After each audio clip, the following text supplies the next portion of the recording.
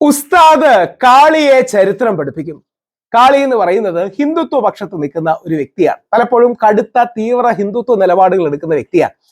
അദ്ദേഹം ടിപ്പു സുൽത്താനെ അധിക്ഷേപിച്ചുകൊണ്ട് സംസാരിക്കുകയും ടിപ്പുവിന്റെ പേര് പട്ടിക്കാണ് സാധാരണ ഇടുന്നതെന്നും ശ്രീചിത്രൻ എന്ന കമ്മ്യൂണിസ്റ്റ് സഖാവ് ഇടതുപക്ഷക്കാരൻ ടിപ്പുവിനെ കുറിച്ച് പറഞ്ഞ നല്ല കാര്യങ്ങൾ ഇതെല്ലാം ഫണ്ട് മേടിച്ചിട്ടാണ് പറയുന്നതെന്നും പറയുന്നു. അപ്പം കാളി ആദ്യം അറിയേണ്ടത് RSSന്റെ ഏറ്റവും വലിയ നേതാവ് KR മൽക്കാനി എന്താണ് ടിപ്പുവിനെ കുറിച്ച് പറഞ്ഞതെന്ന് അറിയാമോ?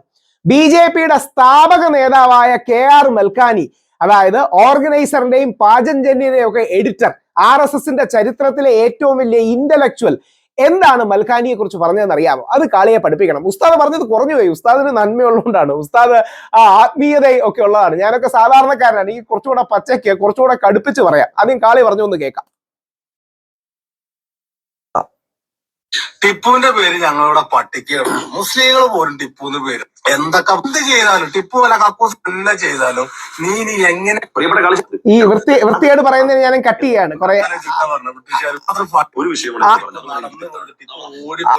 ആഭാസം പറയുന്നത് മാത്രം ഞാൻ കട്ട് ചെയ്യാണ്. അതെന്താണ് നീ ആഭാസം പറയുന്നത് ഞാൻ കട്ട് ചെയ്തതാണ്. ആദ്യത്തെ ഇവര് പ്രാന്തായതെന്നല്ല, ഇവര് പ്രാന്താക്കണാണ് ഈ സാധനം, മനസ്സിലായില്ലേ? പറയുകയാണെങ്കിൽ തിരുത്തി തരലാണ് അല്ലെ? അങ്ങനെ തിരുത്തരുന്നവരല്ലേ യഥാർത്ഥ സുഹൃത്ത്. ആ നിലക്ക് നിങ്ങളോട് ഗുണകാംശം എന്തൊക്കെ പറഞ്ഞാലും എന്ത് തന്നെ ചെയ്താലും നീ എങ്ങനെയൊക്കെ കടന്ന് വരകിയാലും ടിപ്പുവിന്റെ പേര് ടിപ്പുവിന്റെ പേര് അതായത് അവിടെ പട്ടികൾക്കാണ് ഇടുന്നത് എന്ന് പറഞ്ഞാണ് പുള്ളി തുടങ്ങുന്നത്. കുറച്ച് ആഭാസം ഉണ്ട്, ഞാൻ കട്ട് ചെയ്യാണ്. ആഭാസം ഞാൻ പറയുന്നില്ല. ടിപ്പുവിന്റെ പേര് ഞങ്ങളുടെ പട്ടിക്ക് ടിപ്പുവിന്റെ പേര് പട്ടിക്കേ ഇടുള്ളൂ. അതായത് നായ മനുഷ്യനോട് ഏറ്റവും കൂടുതൽ അടുപ്പവും ലോയലിറ്റി പറയണേ നമ്മളോട് വിശ്വാസവും നമുക്ക് വേണ്ടി പോരാടുന്ന ഒരു മൃഗമാണ് നായ. ഈ ടിപ്പുവിന്റെ പേര് അങ്ങനെ ഏതെങ്കിലും പ്രഗത്ഭരായ നായക്കോ പുലിക്കോ സിംഹത്തിനോ ഒക്കെ ഇടാം, കുഴപ്പമില്ല. പക്ഷെ ആ ഗോഡ്സേയുടെ പേര് ഒരു പട്ടിക്കും പന്നിക്കും പാമ്പിനും ഇടരുത്. കാര്യം അവര് വന്ന് മരിക്കും. ഒരു പേപ്പട്ടിയായ ഗോഡ്സയുടെ പേര് വേറെ ആർക്കും ഇടരുത്. അതിന്റെ റീസൺ എന്ന് പറഞ്ഞാൽ അത് പട്ടിക്കിട്ടാ പട്ടിക്ക് പിടിക്കും, പാമ്പിനിട്ടാ വിഷം കൂടി പാമ്പ് സ്വയം മരിക്കും. അപ്പോ ഗോഡ്സയുടെ പേര് ആർക്കും ഇടരുത് എന്നുള്ളതാണ് ആദ്യ പോയിന്റ്. മുസ്ലിങ്ങൾ പോലും ടിപ്പുന്ന് പേരിടല്ല. അതെന്താണ്? വെറും പട്ടിക്ക്. പ്രിയപ്പെട്ട കളിച്ചേട്ടാ, നിങ്ങളെന്റെ ചങ്കുപ്രമാണ്, നമ്മള് സുഹൃത്തുക്കളാണെന്ന് അറിയാമല്ലോ. അതുകൊണ്ട് തന്നെ പറയാണ്, യഥാർത്ഥ സുഹൃത്തുക്കൾ എന്ന് പറഞ്ഞാൽ അബദ്ധം പറ്റുമ്പോൾ അജ്ഞത പറയുമ്പോൾ തിരുത്തി തരലാണ് അല്ലെ? അങ്ങനെ തിരുത്തരുന്നവരല്ലേ യഥാർത്ഥ സുഹൃത്ത്. ആ നിലക്ക് നിങ്ങളോട് ഗുണകാംശം എന്ന നിലക്ക് പറയുകയാണ്, ആദ്യം നിങ്ങൾ ചെയ്യേണ്ടത് ഒരു വിഷയം വസ്തുതാപരമായി പഠിക്കണം. എന്നിട്ടത് ഫ്ലുവന്റ് ആയിട്ട് അവതരിപ്പിക്കണം. അതിന് വേണ്ടത് എന്താ? ആദ്യം ഇത് ചൊല്ലിപ്പഠിക്കണം. വടകരവള പിന്നെ 60 തെങ്ങിൽ 60 തെങ്ങിൽ 60 പൊത്ത് 60 പൊത്തിൽ 60 നത്ത്. ഇതിങ്ങനെ ഫ്ലുവന്റ് ആയിട്ട് പഠിക്കുക. എന്നിട്ട് വസ്തുതാപരമായി അവതരിപ്പിക്കുക. ഇനി വിഷയത്തിലേക്ക് വരട്ടെ. ടിപ്പു എന്നുള്ള വാക്ക് മോശമായതുകൊണ്ടല്ല എന്റെ കാറ്റക്കനിയെ പുന്നാര കരളയെ മുത്തുമണിയെ മുസ്ലിമീങ്ങൾ അവരെ മക്കൾക്ക് ഇടാത്തത്. അത് ടിപ്പു സുൽത്താൻ എന്ന ഫതഹ് അലി ഖാന്റെ സ്ഥാനപ്പേരാണ്. അതായത് അടിസ്ഥാനപരമായി ടിപ്പുവിന്റെ പേര് ടിപ്പു എന്നല്ലാന്ന് പോലും ഈ കാളിക്ക് അറിയില്ല.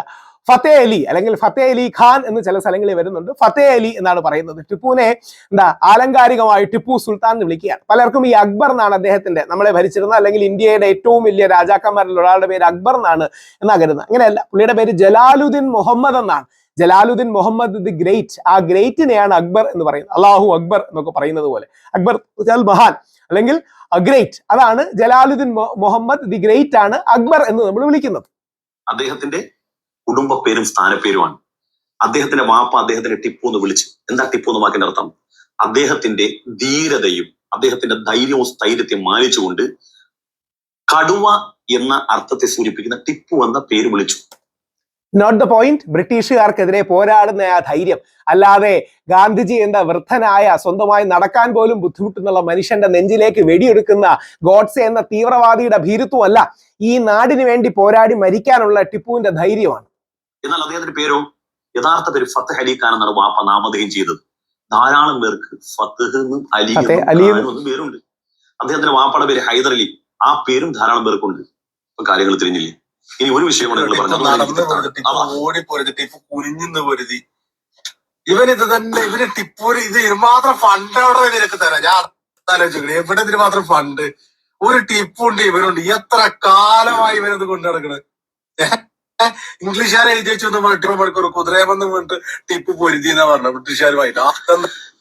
അതായത് ടിപ്പുവിനെ വെളുപ്പിക്കുന്നതിന് കാശ് കിട്ടുമെന്നാ പറയണേ. അപ്പം BJPയുടെ സ്ഥാപക നേതാവ് എത്ര കാശ് മേടിച്ചിട്ടാ ടിപ്പുവിനെ വെളുപ്പിച്ചത്? RSSന്റെ ഏറ്റവും വലിയ ഇന്റലക്ച്വൽ എത്ര കാശ് മേടിച്ചിട്ടാ വെളുപ്പിച്ചത്? ഉളുപ്പില്ലാതെ പറയുന്നതിനൊന്നും ഒരു മടിയില്ല. ആരാണ് ടിപ്പു എന്നറിയണമെങ്കിൽ ടിപ്പുവിനെ കുറിച്ചുള്ള ഏറ്റവും നല്ല പഠനങ്ങളിൽ ഒന്ന് RSSന്റെ ഏറ്റവും വലിയ ഇന്റലക്ച്വൽ ആയ KR മൽക്കാനിയ. ഇതെന്തുകൊണ്ടാ പറയുന്നതെന്ന് അറിയാം. എനിക്ക് വേറെ ചരിത്രകാരന്മാരെ പറയാം.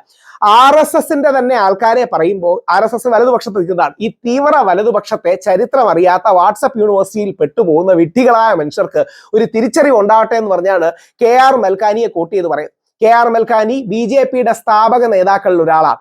RSSന്റെ ചരിത്രത്തിലെ ഏറ്റവും വലിയ ഇന്റലക്ച്വൽ ആണ്. അതായത് താഴെയുള്ള ചാണകത്തലയനല്ല എന്ന് ഉദ്ദേശമാണ് ഞാൻ പറയുന്നത്. KR മൽക്കാനി എന്താ സംഭവിച്ചതെന്നറിയാമോ? നമ്മുടെ രാമായണം ദൂരദർശനി വന്നതിന് ശേഷം സോഡ് ഓഫ് ടിപ്പു സുൽത്താൻ എന്ന് പറയുന്ന ഒരു സീരിയല് ദൂരദർശനി വന്നു. അപ്പൊ അന്നത്തെ തർക്കങ്ങളും ചർച്ചകൾക്കും വേണ്ടി ഈ വലതുപക്ഷ പ്രസ്ഥാനങ്ങൾ KR മൽക്കാനിയെ ടിപ്പുവിനെ കുറിച്ച് ഒരു റിസർച്ച് നടത്താൻ നിയോഗിച്ചു. ആ ടിപ്പുവിനെ കുറിച്ച് റിസർച്ച് നടത്തിയപ്പോൾ KR മൽക്കാനി പറയുന്നത് എന്തൊക്കെയാണെന്ന് അറിയാമോ? വായിച്ച് കേൾക്കണം. The more I read about Tipu, ടിപ്പുവിനെ കുറിച്ച് കൂടുതൽ വായിക്കുമ്പോൾ ഞാൻ കൂടുതൽ ഇംപ്രസ്ഡ് ആകുകയാണ്. ടിപ്പു ഇന്ത്യക്ക് വേണ്ടി പടപൊരുതി മരിച്ച നമ്മുടെ രാജാക്കന്മാരിൽ പ്രിൻസുമാരിൽ ഒരാളാണ്. പടക്കളത്തിൽ വീണ പ്രിൻസിൽ ഒരാളാണ്. അദ്ദേഹം നല്ലൊരു രാജാവ് മാത്രമല്ല, എൻവയോൺമെന്റലിസ്റ്റ് ആയിരുന്നു. അടുത്തത് പറയുന്നുണ്ട്, തിരുവിതാംകൂറിനെ അടക്കം ആക്രമിച്ചപ്പോൾ ടിപ്പുവിന്റെ ഭാഗത്ത് നിന്ന് എക്സസ് ഉണ്ടായിട്ടുണ്ട്, ഇല്ലെന്നാരും പറയുന്നില്ല, എക്സസ് ഉണ്ടായിട്ടുണ്ട്. പക്ഷേ ടിപ്പുവിനെ കമ്പയർ ചെയ്യുന്ന ആരുമായിട്ടാണെന്നറിയോ? KR മൽക്കാനി. RSSന്റെ ഏറ്റവും വലിയ നേതാവ് കമ്പയർ ചെയ്യുന്ന ആരായിട്ടറിയോ? അശോക ചക്രവർത്തിക്കും തെറ്റുകൾ പറ്റിയിട്ടില്ലേ? രാജാക്കന്മാരല്ലേ ഇവർ, സന്യാസിമാരൊന്നും അല്ലല്ലോ. സാക്ഷാൽ അശോക ചക്രവർത്തിക്ക് വരെ തെറ്റുകൾ പറ്റിയിട്ടില്ലേ? ടിപ്പു മതസൗഹാർദ്ദവാദിയായിരുന്നു, ആൾക്കാരെ ഒരുമിപ്പിച്ചിരുന്നു. Independent India cannot but salute tiger Tipu. Independent ഇന്ത്യക്ക് ടൈഗർ ടിപ്പുവിനെ സല്യൂട്ട് ചെയ്യാനേ കഴിയുള്ളൂ. അതിനുശേഷം വളരെ പ്രധാനപ്പെട്ട ഒരു വാക്ക് പറയുന്നുണ്ട്, കാളി അടക്കമുള്ളവർ നോക്കണം. ബ്രിട്ടീഷുകാരുടെ മുമ്പിൽ രാജ്യസ്നേഹവും ആത്മാഭിമാനവും പണയം വെക്കാൻ കഴിയാത്തത് കാരണമാണ് ടിപ്പു പൊരുതി മരിച്ചത്. അങ്ങനെ ആത്മാഭിമാനവും മറ്റും പണയം വെച്ചിരുന്നെങ്കിൽ ഇന്ന് ടിപ്പുവിന്റെ കൊച്ചുമക്കളുടെ മക്കൾ കൽക്കട്ടയിലെ തെരുവോരങ്ങളിൽ റിക്ഷ വലിച്ച് ജീവിക്കേണ്ടി വരില്ലായിരുന്നു.